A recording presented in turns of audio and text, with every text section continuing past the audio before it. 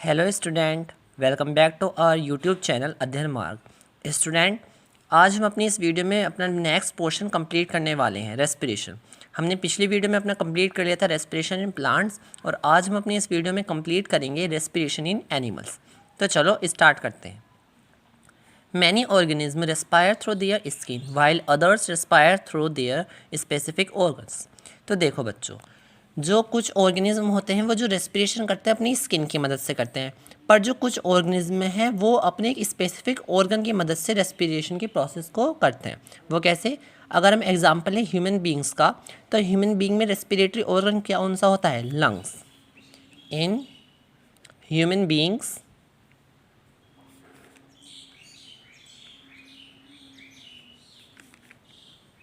lungs is our respiratory organ. Respiratory organ. Okay student, तो जैसे हम ह्यूमन हुए, बर्ड्स हुए, मैमल्स, ह्यूमंस भी मैमल्स में कंसीडर होते हैं, और जो जैसे कुछ काव हुए, बफेलो हुए, इन सब में जो रेस्पिरेटरी ऑर्गन होता है वो लंग्स होते हैं। तो देखो हमारे पास हमें रेस्पिरेशन के क्या है, एक स्पेसिफिक ऑर्गन है। पर कुछ एनिमल्स ऐसे होते हैं, कुछ ऑर्गेनिज्म ऐसे होते हैं जिनके पास कोई ऑर्गन नहीं होता, उनकी जो स्किन है वो उनके रेस्पिरेशन में मदद करती है। For example earthworm. Okay student, तो चलो अब हम डिस्कस करते हैं। हमें ये तो पता चल गया कि रेस्पिरेशन स्किन के द्वारा भी होता है और रेस्पिरेशन के लिए एक पर्टिकुलर ऑर्गन भी होता है। तो चलो आज हम डिस्कस करने जाते हैं रेस्पिरेशन इन ह्यूमन बींग्स। तो चलो अब डिस्कस करते हैं respiration in human beings.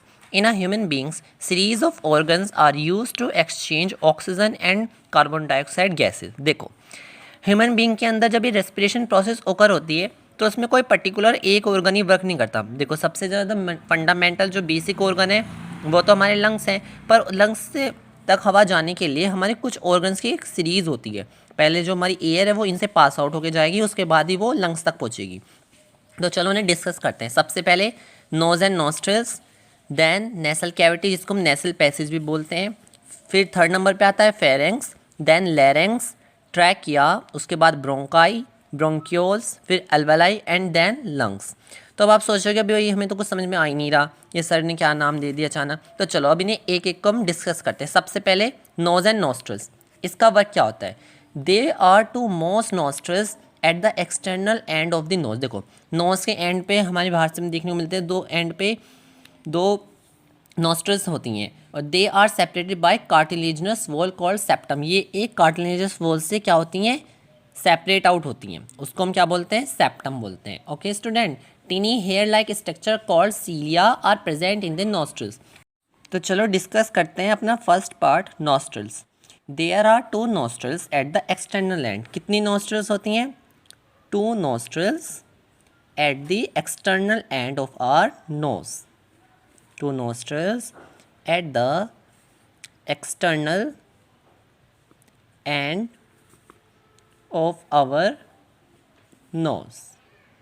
Okay student, उसके बाद ये सेपरेट आउट होती हैं एक कार्टिलेजस वॉल से जिसका नाम है septum.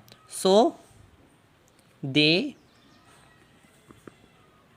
Separate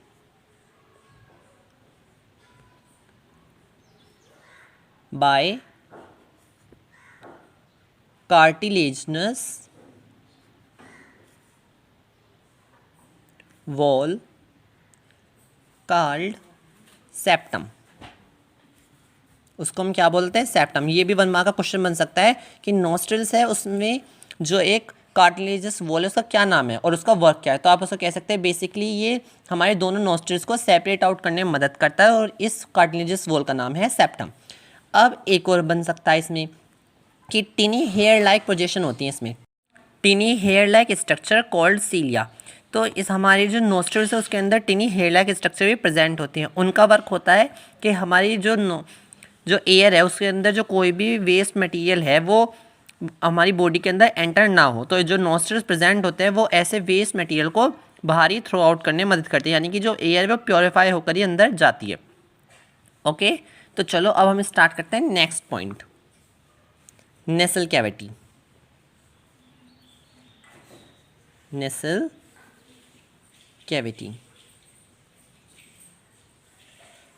and nasal passage, ये दोनों नाम एक ही हैं।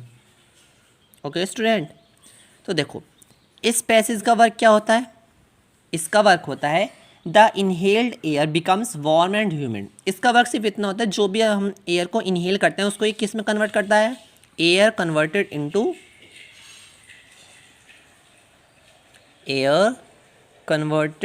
इनटू वार्म एंड ह्यूमिड, यानी कि थोड़ी सी उसको गर्म कर देता है और थोड़ा सा उसके अंदर मॉइस्चर ला देता है, warm and humid. Okay, next हम बात करते हैं फेरेंक्स की।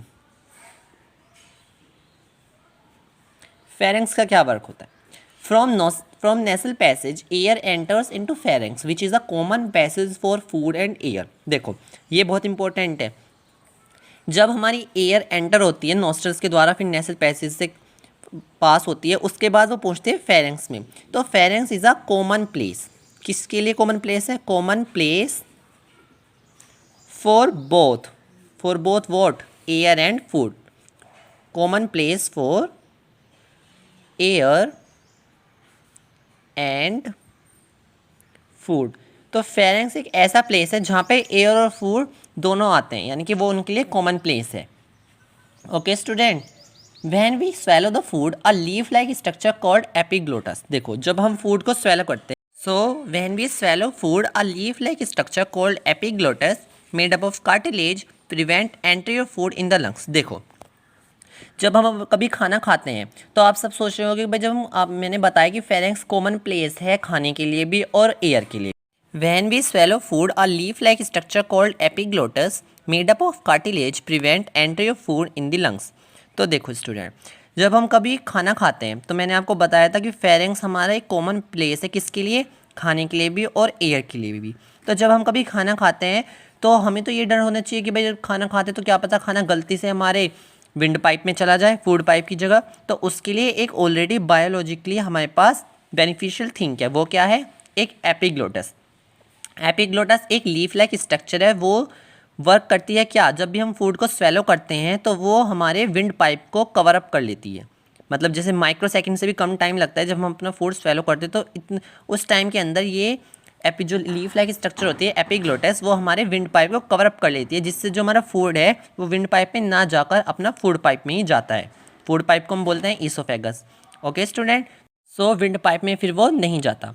ओके स्टूडेंट, तो इस लीफ लाइक स्ट्रक्चर एपिग्लोटस का वर्क क्या हुआ, prevent entry of food particles into lungs. Okay student, अब हम नेक्स्ट ऑर्गन डिस्कस करते हैं, लैरिंक्स। लैरिंक्स प्रेजेंट होता है हमारे फेरेंक्स और ट्रैकिया के बीच में। ओके स्टूडेंट, और ये क्या प्रोड्यूस करता है, ये साउंड प्रोड्यूस करता है, तो इसलिए हम इसको क्या बोल सकते हैं, वॉइस बॉक्स भी बोल सकते हैं। ओके, इससे भी हमारी एयर पास होती है। तो चलो अब हम नेक्स्ट टॉपिक डिस्कस करेंगे। नेक्स्ट है हमारा ट्रैकिया, जिसको हम क्या बोलते हैं, विंड पाइप बोलते हैं। ट्रैकिया, इसको हम बोलते हैं विंड पाइप। इसका वर्क क्या है, सो ट्रैकिया क्या है, ट्रैकिया है हमारा wind pipe. Trachea is a tube like structure. Trachea क्या है, ट्रैकिया एक ट्यूब लाइक स्ट्रक्चर है। ये हमें क्या प्रोवाइड करता है, ये प्रोवाइड करता है पैसेज, किसको, एयर को, जिससे एयर हमारी लैरिंक्स के बाद ट्रैकिया से होते हुए हमारी लंग्स तक पहुंचती है। C shaped cartilaginous rings are present in trachea. Trachea के अंदर सी शेप्ड कार्टिलेजनस रिंग होती हैं, वो क्या मदद करती हैं, चलो उनको भी डिस्कस कर लेते हैं। This rings provide support to it, ये रिंग सपोर्ट देती हैं ट्रैकिया को, और also prevent it from collapsing in absence of oxygen. और ट्रैकिया को कोलैप्स, यानी कि जो उसके अंदर की मसल्स हैं वो आपस में स्टिक ना हो जाए, कब, जब हमारी एयर प्रेजेंट ना हो, तो उस वक्त भी ये सी शेप कार्टिलेजस रिंग्स प्रिवेंट करती हैं हमारे ट्रैकिया की मसल्स को स्टिक होने में, कब, जब हमारे ऑक्सीजन प्रेजेंस नहीं होता। ओके, नेक्स्ट है हमारा ब्रोंकाई। अब ट्रैकिया डिवाइड होता है टू स्मॉलर ट्यूब्स में, जिनको हम क्या बोलते हैं, ब्रोंकाई, और ब्रोंकाई एंटर होती है हमारी लंग्स में। अब नेक्स्ट है हमारा bronchioles. Inside the lungs bronchi are sub divided. Bronchi are sub divided into many branches. Into many branches. These are called many branches. These are called bronchioles. These are called bronchioles. Okay student, तो देखो bronchi हमारी lungs में होती हैं, उसके बाद bronchi further parts में divide हो जाती है, किसके अंदर, लंग्स के अंदर, और उन फर्दर पार्ट्स को ही हम क्या बोलते हैं, ब्रोंक्योल्स बोलते हैं. तो अब उसके बाद हम डिस्कस करेंगे एल्वेली. ये बहुत इंपॉर्टेंट है. एल्वेली. एल्वेली एल्वेली क्या होती है, बैलून लाइक स्ट्रक्चर होती है जो प्रेजेंट होती है हमारी लंग्स के अंदर. बैलून लाइक स्ट्रक्चर मतलब यानी कि इनकी जो शेप होती है वो एज एन बैलून होती है. Large number of alveoli increases the large surface area for better exchange of gases, oxygen and carbon dioxide.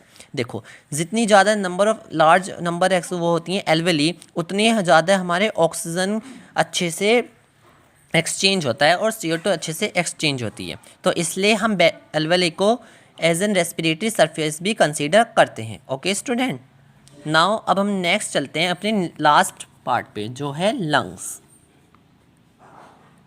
Lungs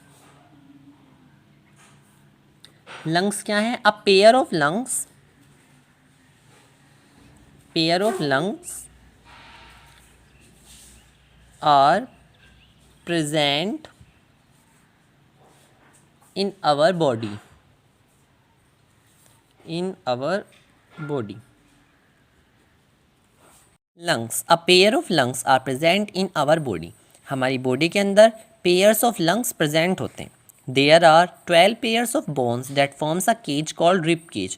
और हमारी बॉडी के अंदर 12 पेयर्स होते हैं किसके, बोन्स के, जो एक केज लाइक स्ट्रक्चर प्रोवाइड कराते हैं. यानी कि ऐसी स्ट्रक्चर जो हमारी लंग्स को प्रोटेक्शन करती है, यानी हमारे लंग्स को प्रोटेक्ट रखती है, जिससे कोई भी अगर मैकेनिकल या शॉक्ड लगे, हम कभी गिर जाएं, तो इसलिए हमारी जो लंग्स हैं उन पे किसी भी तरह का इम्पैक्ट ना पड़े, इसलिए एक रिब केज फॉर्म होती है.